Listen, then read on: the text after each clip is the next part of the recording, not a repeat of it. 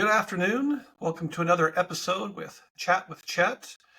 I am pleased today to have the CTO from WordPress VIP with us. And Brian, why don't you go ahead and introduce yourself and tell us a little bit about what you do, and we'll jump right in. Yeah, I'll try to be quick. First off, I like that you scheduled this for 30 minutes. I've been on podcasts where they go for an hour 45, and I'm thinking, well, clearly they're going to edit this down and be nice to the audience. And then they don't. They put the whole thing out there. My mom won't watch an hour 45 of me. So thanks for keeping it short. So the intro, built dozens of CMSs, but WordPress is kind of the best one. It's inevitable. It's been around more than 2 decades. There's a reason why it keeps on rolling. Part of that's open source. Part of that's the flexibility. And so I'm the CTO of WordPress VIP. We're the enterprise division inside a very consumer and small business loving company. So we're this weird little group that has like suits and briefcases and sells to the government and to enterprises and Salesforce and stuff like that. It's kind of funny, but it's a lot of fun. And I've been blessed to work with great brands through my entire career. And here at WordPress VIP, it's no different. The things that we host and we power, I can give you 6 or 7 names. People are like, oh, I've heard of all those. And it's cool. So that's it. Enterprise WordPress.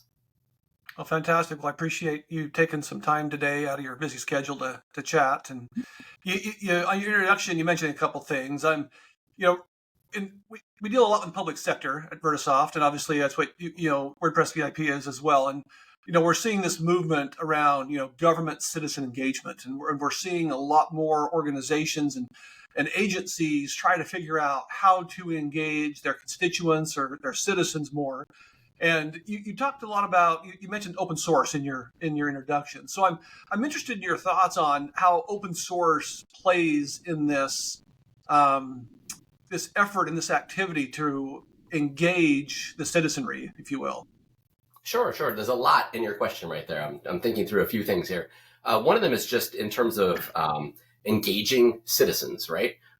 So we'll get to open source in a second, but in terms of the function of a website, which is what you're bringing up, you're talking about the comms aspect of government agencies, right? Talking to constituents, sharing information, making sure it's accessible to people. I think it's very important. And I think that's fundamentally just the same, whether you're the New York Post or Rolling Stone, which are 2 sites we host, or you're the White House or NASA, and you have people that you're trying to get a message to. Fundamentally, content management, comms, that kind of thing, works the same for everybody. And I think what you have to do, which not a lot of people do, is step back and say, what's the purpose of my website? And what am I trying to, who am I trying to convert? Who am I trying to turn into a customer? Or who am I trying to share information with? What is the function? I mean, a commerce site, it's easy. I want people to put things in a shopping cart, get out their credit card and buy stuff from me, right? But when you're something like the White House or NASA, it's a little bit like, are they acting as media? Are they acting as comms? So I think we try to think through with the sites that we work with, the brands, the companies that we work with, what is the goal of your website? At the end of the day, at the end of a year, what does success look like for you? On the flip side, the open source thing you asked about, we could talk about that for 3 hours. I think open source is open. I look at my life and I look at this AI transformation that's happening recently as sort of 5 big equalizing waves of technology that came out. Open source was the first one that made it so everybody has a web server and a database and things that, you used to have to pay Microsoft or Oracle for. Open source made it so that a kid like me could go, I'm not a kid anymore, but like back in the day, I could go and build things and I could use amazing, powerful software. So open source is a very equalizing thing. On top of that came mobile, the cloud, AI. There's one other revolution in there I'm forgetting. I think it was the web itself. The open source preceded all of that. It made all of that possible. So in a way, if you look at open source as a movement, open source as a philosophy, it is very democratizing. It is very empowering and equalizing. And how does that not map to what our government should be doing, right? Democratizing, equalizing. So I think they go hand in hand, open source and government. There's a lot more in terms of, is it secure or is it not secure? And there's more we can talk about there. Sure. We'll come back to the security. So from your perspective, right, you mentioned, companies, their goal in life, they're using their website to hopefully grow their business, right? They're trying to get something in the shopping cart or whatever that is. But government agencies generally are not in the business of, generating, making money in that sense. So how would how's that different, right? What do government agencies care about? And what's important to them compared to maybe say a commercial entity that is just it's trying to sell some widget or something. Yeah. So when I talk to people and somebody comes in with a website and I do try to unpack, like, what is the goal of, like, why do you even have a website, right? We have software that helps you easily update your website, safely update your website. If you're a developer or you don't develop, like, the CMS is there for non-developers to change a website with guardrails so they don't mess it up, but they can go as fast as you want them to go, right? Like, get out of their way. So that, again, universal across all these sites is I need to update my website. Then you go, what's the purpose of it? What's the business? There's B2B marketing websites, there's B2C marketing websites. Those operate differently, selling to businesses, selling to people. There's media, there's commerce, right, which you mentioned. Government is interesting, the ones that we work with, because to me, I don't think of them as public sector as an industry or a vertical, like you would think of pharma or retail or commerce or things like that. I actually look at each of them and I say they operate differently. And I would say they fall into two categories. One is, like we said, comms, where it's kind of a media type thing. Make sure the information is available, accessible, always on. It's the right stuff that people need, right? As a citizen of the US, here's what I need. The second part is more of a functional transactional thing. So think service portals, right? So I need to renew my driver's license. I need to pay my property taxes, those kinds of things. And you hit this correctly in your comment there, which is, if I'm the city of Chicago and I have 3,000 parking tickets that need to be paid today, and I have a portal for doing that, my success rate is not if 3% of those were fine. This 3% is great for commerce. Like, that conversion rate at the end of your funnel is fine. 3, 8, 13%, that's great. If I do that in the state, in a parking ticket payment portal, that means angry people are going downtown to go yell at someone. Like, that's not good, right? So you want to make sure you get 100% conversions.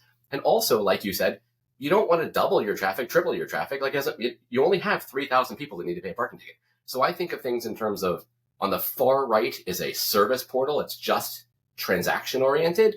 And on the far left is kind of a comms and page views kind of thing. But government kind of straddles all of that. So I don't think it's one size fits all. And I think you have to deal with each site or each part of each site and say, what is your goal here? What does conversions look like to you? But it is much easier to say, what does conversions look like on Chewy or Amazon or Best Buy versus what do conversions look like for a small town, or a city website? Yeah, absolutely. So you talk about, people coming and, 3,000 people, coming to a website to do something. And here we are, we're in the holiday season.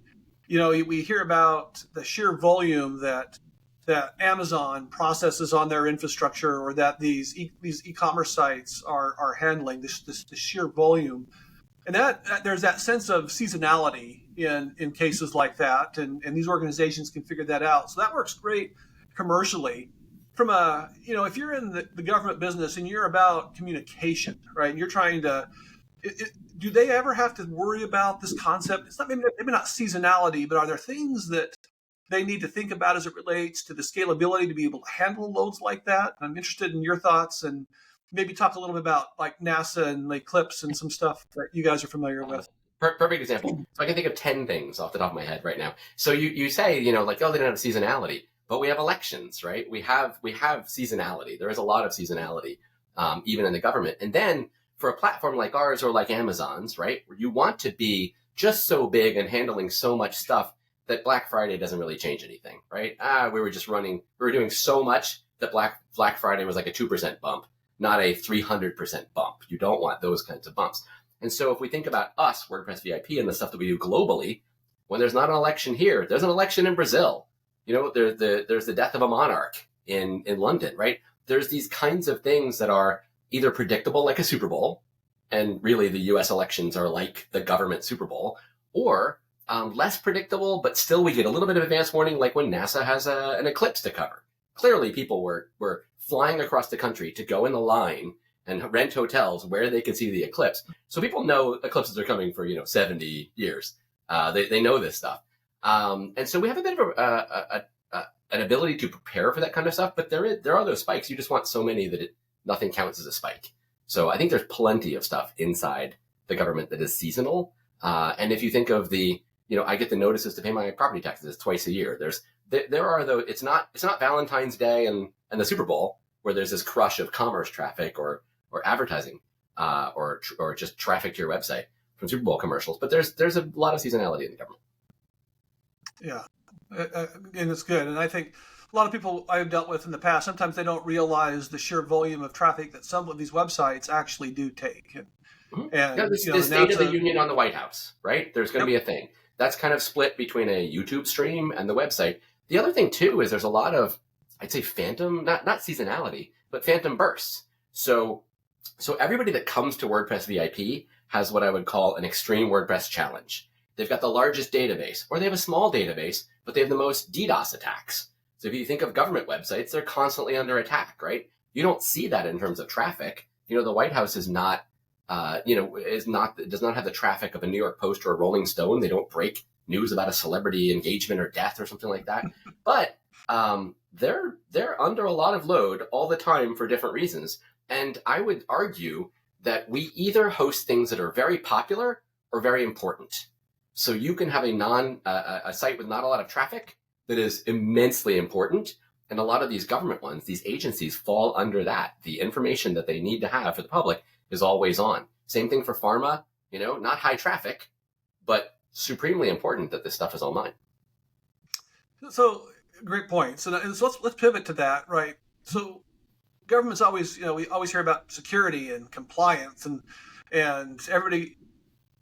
I mean, commercial entities definitely care about that, but whenever we're dealing with government, especially in the federal government, we hear FedRAMP, right? That's always comes up. We're hearing state ramp in the state and local space. So maybe talk a little bit about what you're seeing from a compliance perspective, and if there's any unique challenges these organizations are facing as it relates to how they're trying to be able to communicate or offer these citizen engagement services. So to me, looking across all of WordPress VIP, the government ones are definitely like on the far right in terms of most compliance, most rules, most whatever. I'd say media is kind of the furthest over in terms of anything goes, get stuff out the door, break news, whatever.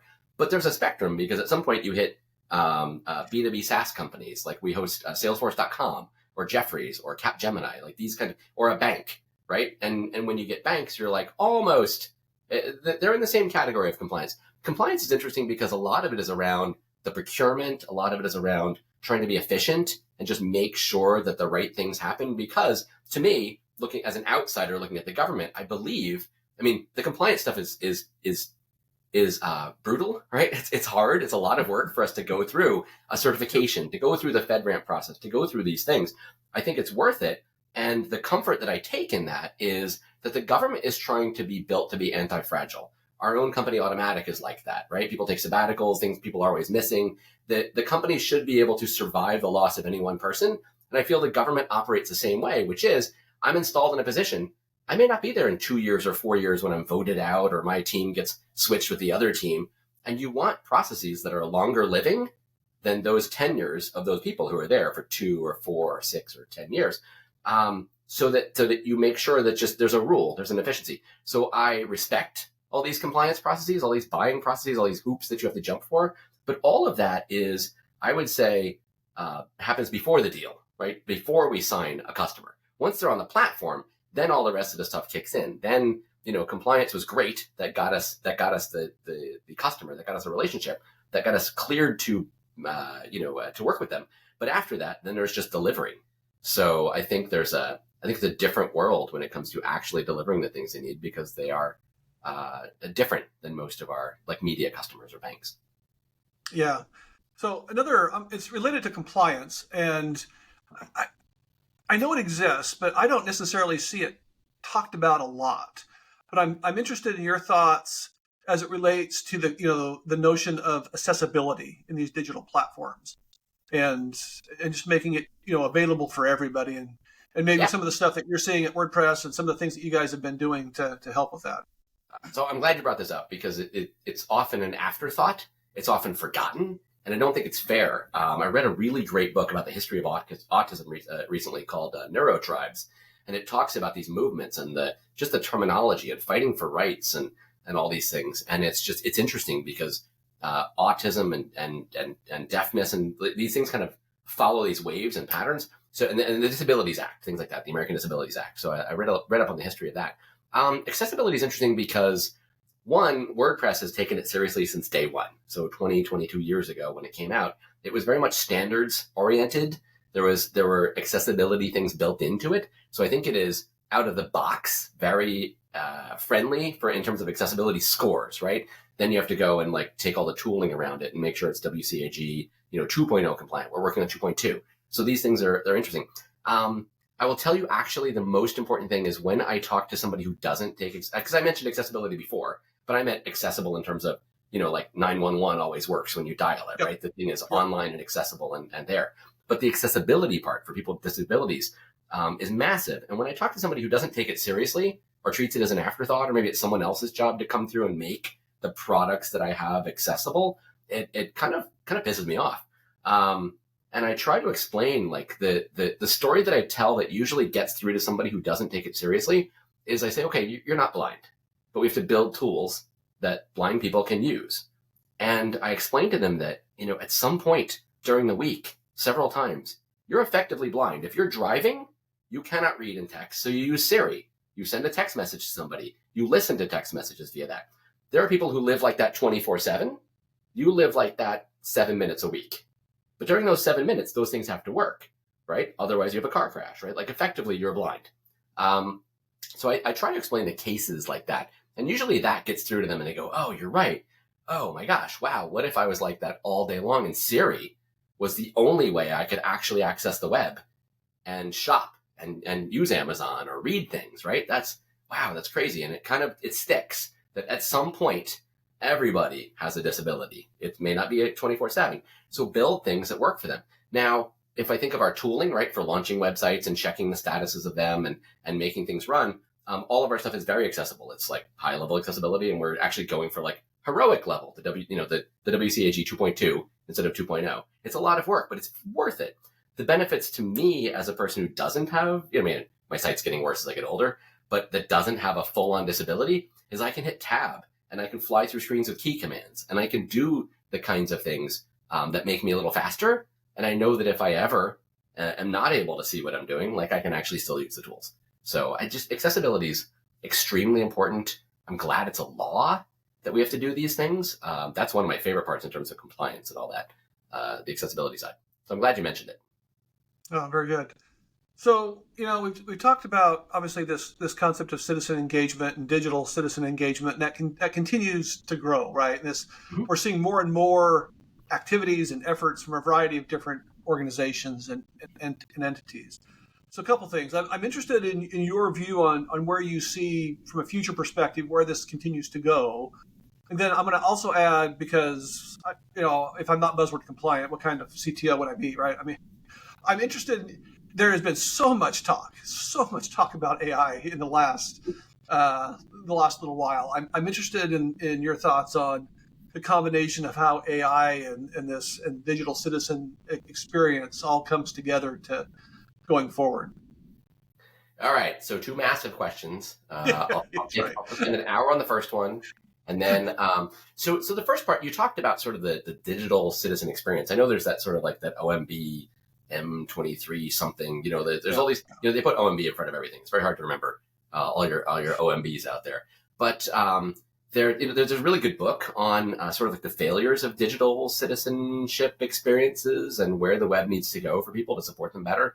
I don't know. I think when we started talking a few months ago, the election hadn't happened. Might have even been Joe Biden was still running. Like, I have no idea. Now the election's happened. There's a whole different universe. And I've got to say, thinking about the government and thinking about what it's supposed to do, I don't know. Are you excited about this Department of Government Efficiency? Do you think that plays into this at all? I have a question for you, because I'm optimistic. I'd like to see interesting things happen. What do you think about that? I am. I guess I'm going to say I'm mildly optimistic. Right. Well, we'll see. We'll see where it goes. Conceptually, I like the idea. Mhm. I think technology can be a key player in that. I think this notion of AI can help accelerate certain things. Historically, like you, I mean, I've been dealing with the government space for many years, and so I definitely have seen areas of inefficiency, and the inefficiency comes because the line of thinking is, well, this is how we've always done it. Mhm. We've done this for the last 15 years. This is how we've always done it. There's no concept of, hey, let's change, or is there a better way? Can we think about the people, process, and technology that could be applied to make that better, right? So Mhm. I'm gonna hold out and say mildly optimistic, and we'll see where Okay, it goes. so I'm an eternal optimist all day long. I feel the same way when I think about government efficiency and somebody coming in to change things, shake things up. Right? There's always there's the stories of the $30,000 toilet seat or the $30,000 hammer, right? The government pays for. So there's definitely inefficiency. There's waste money. I'm hoping it's not just an excuse to like get rid of regulations and sell more SpaceX rockets or something, right? Like they actually will change things and make things more efficient.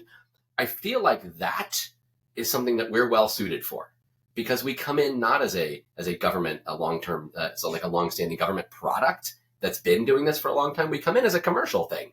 I mean, WordPress is, I don't know, powers like 43+% of the web. It's a very consumer friendly thing. It's an easy to use thing. So if you think of that waves of like BlackBerry was your business phone, but then iPhone came out and everybody's like, I have to bring my consumer stuff to work now. So you have to bring your own device, the BYOD movement, right? iPhones went and got into businesses and government, right? I feel like WordPress has that same sort of angle, which is we're this fun, wacky, free-loving, open source, anybody can contribute thing.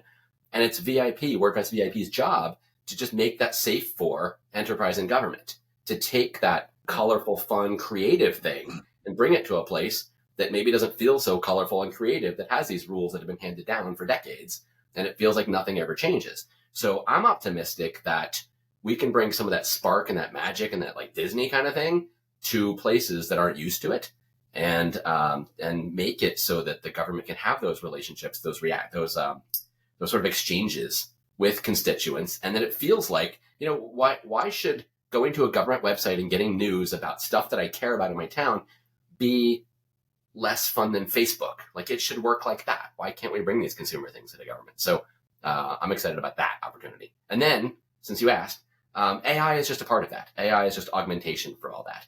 I think the part to worry about in this scenario, especially with the government, with AI, same thing with chips, same thing with anything, it's just where did it come from? Who's snooping on it, right? So how can you take the superpower of AI is if you take data that you have exclusive access to, you can do something better than anybody else can do. If we all had the same stuff, then nobody's different, nobody's better, nobody's special.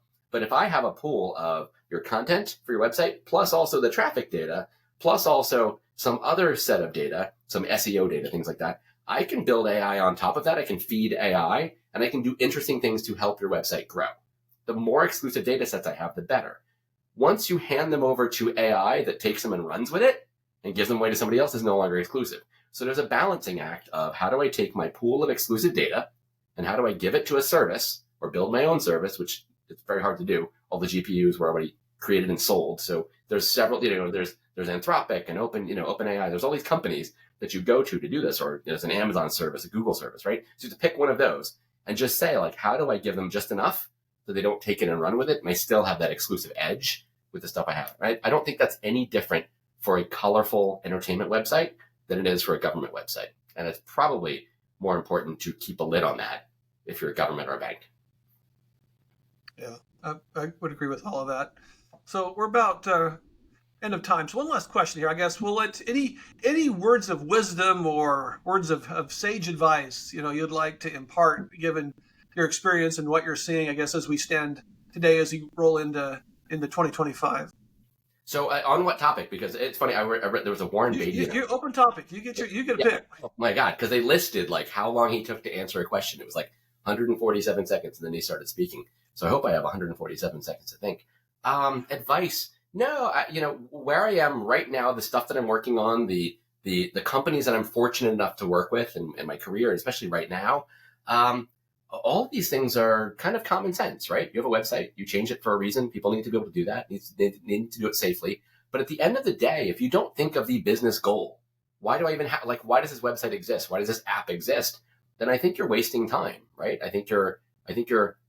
We just talked about not having waste. So I would think seriously about who is using the things that you do, zero in on what do conversions mean? What does, for a utility site or a public sector site or something like that, think of what is the point of all of this? Am I wasting time? Am I doing this because it's what I used to do? Or am I really zeroed in on the person that I'm serving, the job to be done, and helping them be successful, helping them be a hero?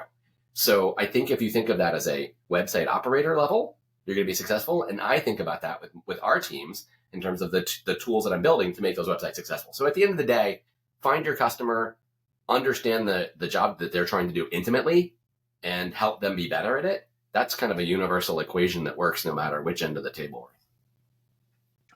Great advice. Great advice.